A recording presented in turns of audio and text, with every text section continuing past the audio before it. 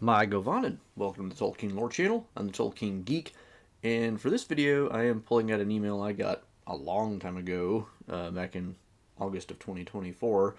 So this email is about 8 or 9 months old, and the email is from a person named Teresa, and I assume she said, "Hi, I find your videos very interesting and thought-provoking. Skipping a little bit of the intro, I have a suggestion for a video you could put out. It would be fascinating to discuss the choice that Sam makes at Cirith Ungol when he reluctantly leaves Frodo to take the ring on to Mount Doom. It's interesting because he thinks it is the right choice to leave Frodo until he realizes Frodo is not dead. Then he changes his mind and says that he should never have left him.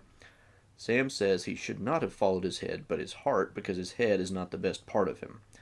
That also relates to a video I think you have done about how the characters in The Lord of the Rings try to think out their decisions, as they should, and not just follow the lead of a sudden emotion.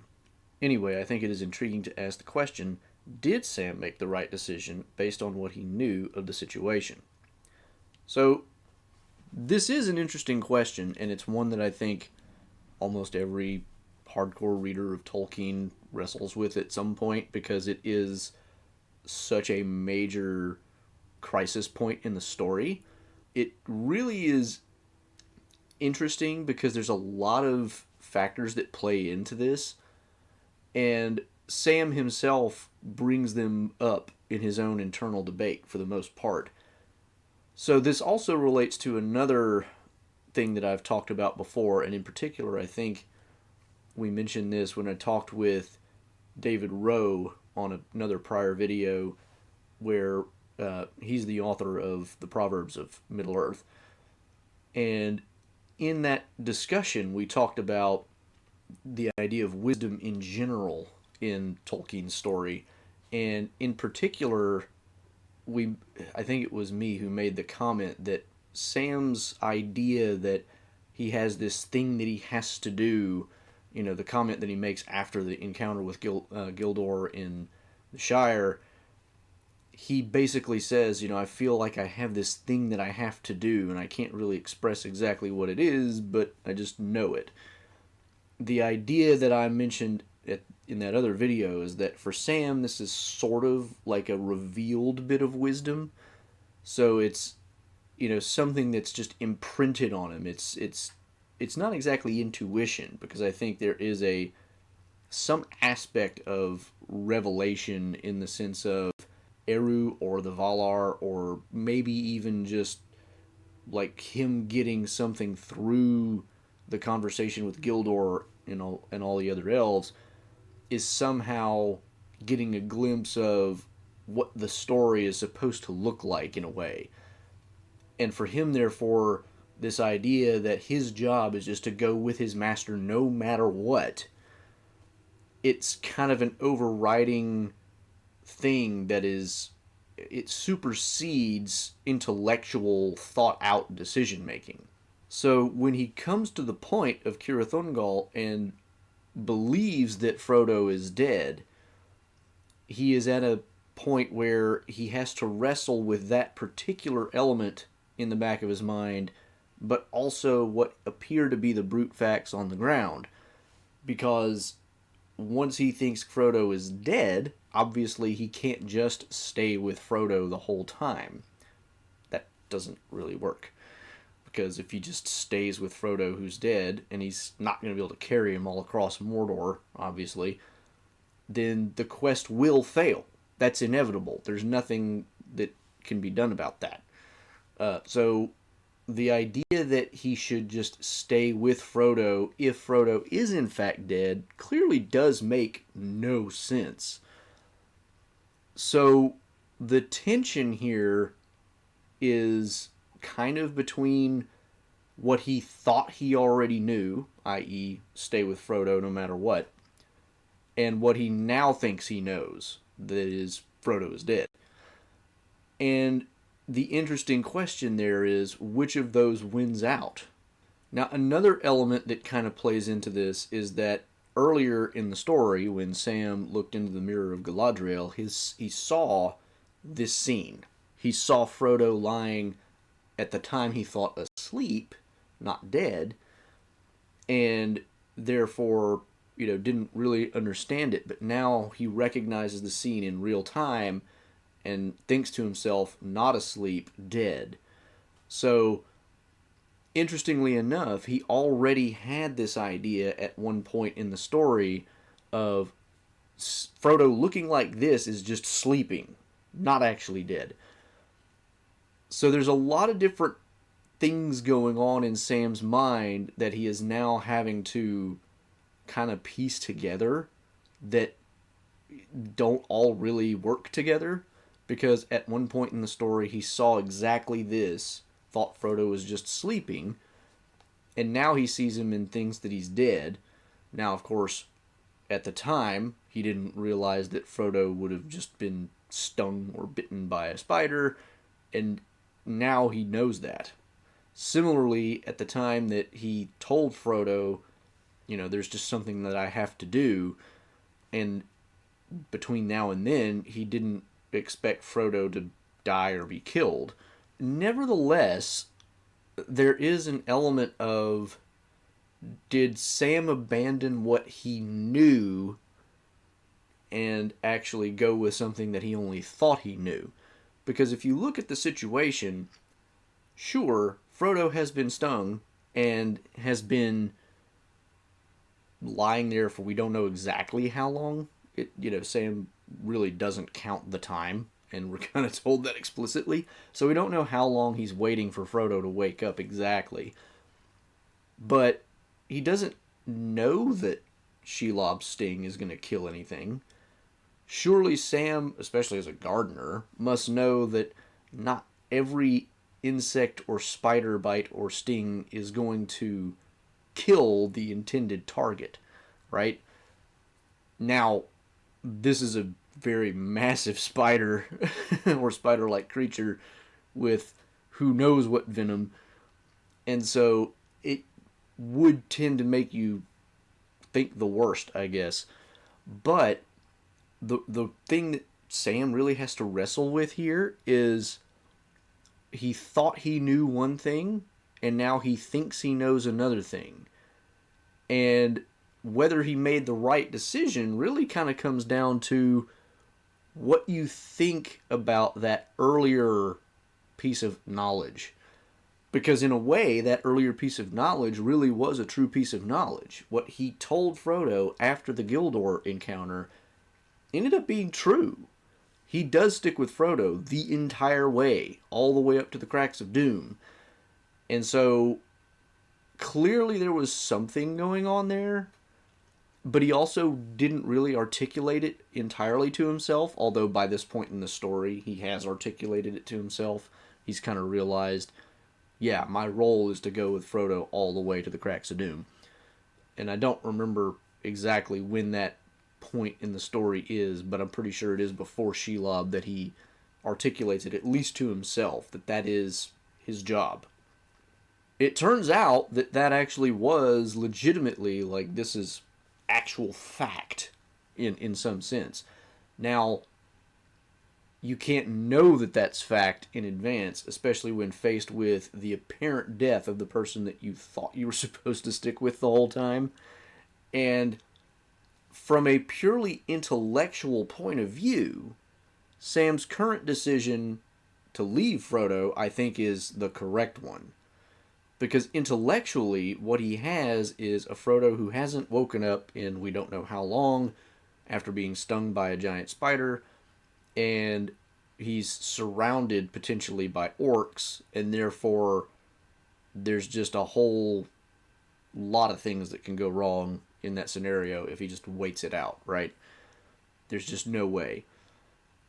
So his kind of rethinking of his earlier piece of knowledge is, so is this actually the thing that I'm supposed to do? I was supposed to go with Frodo all along unless Frodo died and then finish the job. Well, you could see how this works in his mind, right? Because as he himself brings up, the whole point of sending people with Frodo was to make sure that the quest doesn't fail. And since Frodo has apparently died, the quest will definitely fail if nobody takes up Frodo's job. Therefore, since Sam is the only one left of the company, it falls to him to do that. The key problem, of course, is the assumptions that are made in reaching the decision. And the assumption is that Frodo is in fact dead. And that's, it's not something Sam could know one way or another. And I will say this, even if Sam consciously thought to himself, he might not be dead. He might just be poisoned in a sense that, leaves him asleep for a long time or something. That could still be a good enough reason to, not at least not stick around where he's at. Now, does that mean you just abandon Frodo and leave him to who knows what, the orcs would do to him? That might be a case for trying to pull Frodo out and get him somewhere. So I think what's going on in this scene is we have Sam for really the only time in the story giving in to despair. It's not the only time he despairs, because there are multiple points in the story where Sam thinks to himself, or says out loud even, I never had much hope in this whole thing anyway. I never expected it to work. Nevertheless, we're going to do it. It's that whole northern courage idea that Tolkien is so fond of. But whenever he makes this decision, he has kind of abandoned, the thing that he had always carried with him in his own thinking, which was, even if I despair, I still don't quit. So there's a sense in which now he has reached the conclusion that Frodo is probably dead, and just kind of let that overrule everything else, which is the only time in the story that he really does that. And from that perspective, he makes the wrong decision, because all along, this whole thing has been really a big, move trusting providence, as I've talked about in other videos before. So the idea that providence would suddenly fail is, kind of counter to the narrative in a lot of ways. Now again, if Frodo is in fact dead, then obviously leaving him and getting the ring to Mount Doom is the right thing for Sam to do. But it's, again, that whole assumption problem. He assumes Frodo's dead. He doesn't know Frodo's dead, although he probably has at least fairly good reason to think that he is at this point. Certainly he doesn't have any particular reason to believe that Shelob has two kinds of poison, one to kill and one to paralyze. So there's things that Sam is not aware of that definitely don't help him in this situation. And the other thing to look at here is, as I said before, if the whole idea of him having to stick with Frodo through the whole thing is, in a sense, a revealed bit of wisdom, then this particular decision that he makes here is an abandonment of something that he did in fact kind of know. So if you believe in something like a god or providence that can reveal things to you, and we don't have any reason to believe that Sam consciously believes this, right? We don't have any mentions of what hobbits believe in terms of religious whatever, but it does then stand to reason that that providence can reach out and, give you knowledge that you can't get any other way. It's just literally revealed to you in some way that is not really articulable to anybody else. But Sam certainly seems to be hovering around that kind of idea when he makes those comments after they wake up from the Gildor encounter. So with that being the case, Sam's whole perspective at that stage in the story seems to be, I have been given knowledge in some sense that, I can't really explain, but which I know to be true. And therefore, when he decides to leave Frodo, it's kind of like losing trust in that original revelation. And that is kind of the flip side of that whole giving into despair thing. Losing your trust in the revelation that you had from, let's just say, God. It might be Eru, might be the Valar, whatever. But, from like in some sense, a deity. If you lose your faith in that trust, in that revelation, that is, basically the flip side of him giving into the despair that he feels at Frodo being dead. So that is the sense in which the decision is a wrong one. It is basically, at that point, saying, well, God told me this, but clearly that's wrong based on what I now know, therefore I'm just going to abandon that. Well, in a Christian or Judeo or, Judaic or, whatever, pick your religion with a divine being that is by definition good and always right. If you have that kind of a worldview, when God tells you something, it just is true. And therefore, whatever comes after, you still stick to that because God knows better than you do. And so Sam kind of losing faith in that, it almost a literal loss of religious faith in a sense, is the fact that he takes what he thinks he sees, a dead Frodo, and lets that trump what he had that faith in. So it's kind of like he temporarily loses his religion in a sense and gives up on it because what he thinks he sees. Whereas if he had kept the faith, he would have been in a position to say maybe something like, well, it looks like Frodo's dead, but if this faith that I had is, true, then that can't be right. And therefore, I have to just plug along in some other way. Now, it's an interesting what if to consider. What would have happened if Sam had just decided not to leave Frodo? What could he have even done? But I'm not really going to explore that in this video.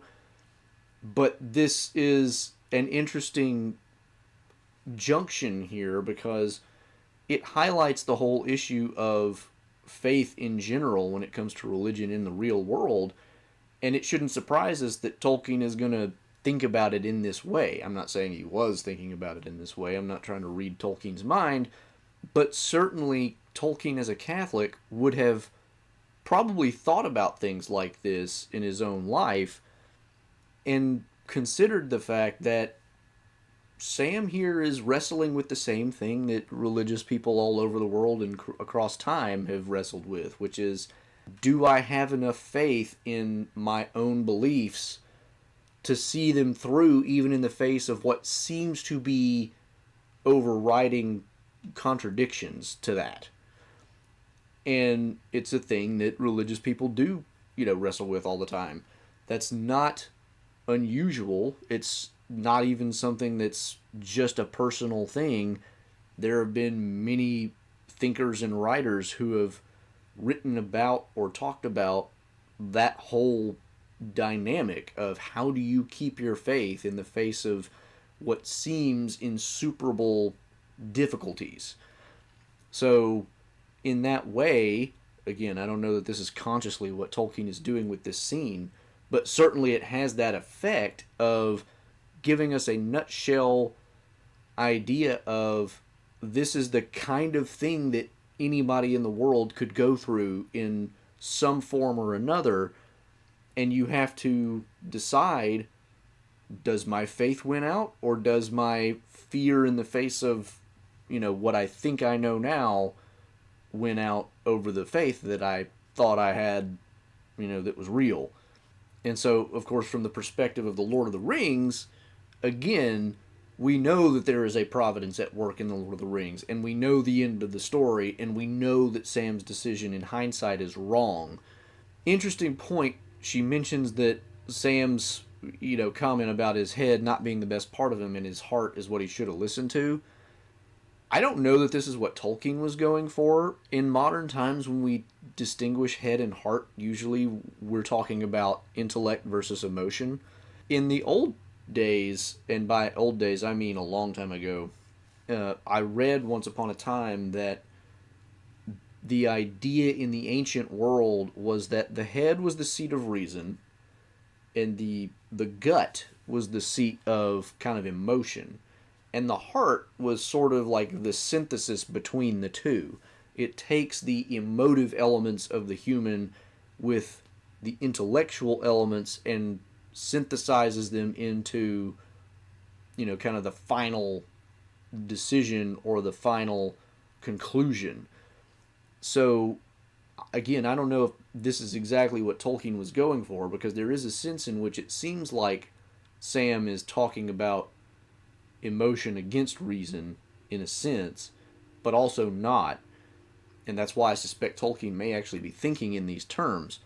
If you think about it, Sam saying that he needs to have followed his heart, what is he really talking about? He's talking about that thing that he felt after Gildor, which, yes, he can't explain it in intellectual terms, but it's not contrary to reason, and it's not just a mere emotion. There's something else going on there. So when Sam talks about his heart being the better part of him and his head not being the better part of him, I don't think he's saying he shouldn't trust his brain. He's saying there is something else that is, leading me, that is better than I am. So I kind of wonder if Tolkien was going for more of that kind of a thing than the whole just emotion versus reason. Because at the end of the day, Sam's apparent knowledge, or whatever you want to call it, that he should stick with Frodo no matter what, is definitely not just an emotion. He already had the emotional ties to Frodo that would have led him to stick with Frodo until, Kingdom Come, basically. But this was something new. And I think in this case, it may not be exactly that Tolkien was going for the heart being the synthesis of the gut and the head. He may have just been going for the heart being the thing that receives things like revelation, which is why you'll get characters, especially like Gandalf and whatever, saying things like, I feel in my heart, or I know in my heart, or, there's a lot of people who make comments like this, and they seem to be referring not to some emotion, but some kind of received, and I mean received in the most broad sense possible here, some kind of received input from, Eru, the Valar, whatever it is. The idea that, I feel in my heart that such and such, that's not a character saying, I just emotionally feel like this would be the best thing for it to be, right? That's not what they're saying. They're saying something that's deeper. And again, it's not even mere intuition.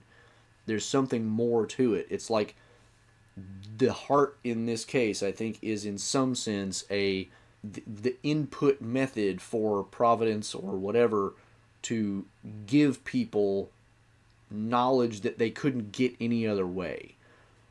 And it might be through a combination of gut emotion and intellectual reasoning. It might also be just direct revelation. It might be any number of things. But I think the heart is not merely an emotive thing. So I think that may be going on in the background here too. So Sam saying that he should have followed his heart and not his head is not him saying, I'm just emotionally tied to Frodo and therefore reason be damned, right? And I don't think that's what he's saying. Reason is important, and Sam knows that reason is important.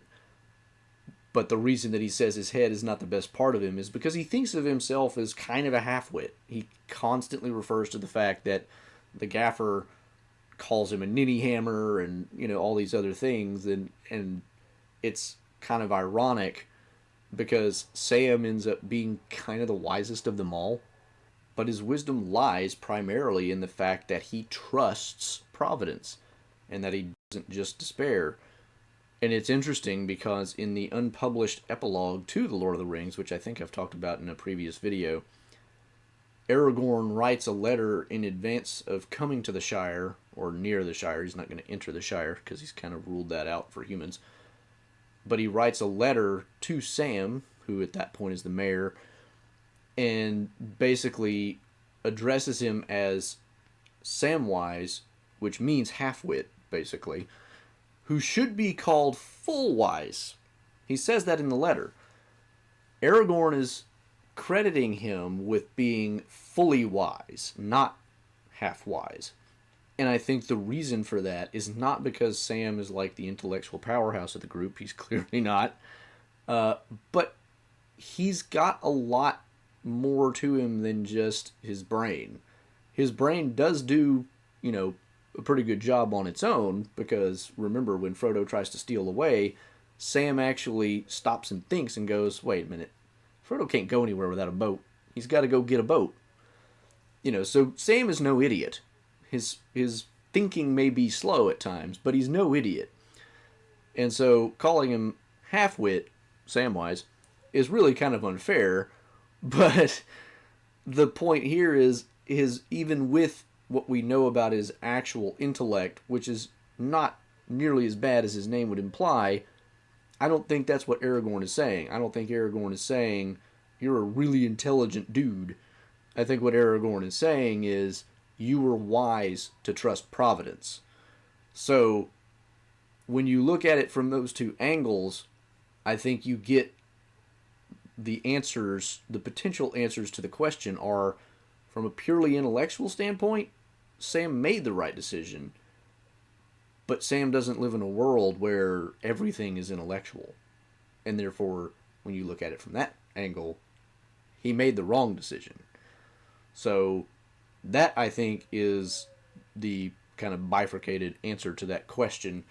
But hopefully Teresa's still watching the channel all these months later. Sorry it took me so long to get around to this. It's just, I can't keep up with my email half the time. And half the time I lose my emails because I'll go for a while without looking at it, and then the next thing you know, it's buried. Sorry about that. Anyway, hope this video was educational, informative, entertaining, whatever. If you did get something out of it, please give it a thumbs up, share it around. If you want to make sure to catch my future content, subscribe on whatever platform you're on. And if you're on YouTube, make sure you click the bell icon so you don't miss any notifications. Follow me on the platform formerly known as Twitter to catch Tolkien-related trivia questions every week. And check out the description below for other support and social links. Until the next time, I am the Tolkien Geek, signing out for the Tolkien Lore channel. Namarie. Thanks to all my channel supporters, especially elf friends Nathan Dufour and Robert Kindling.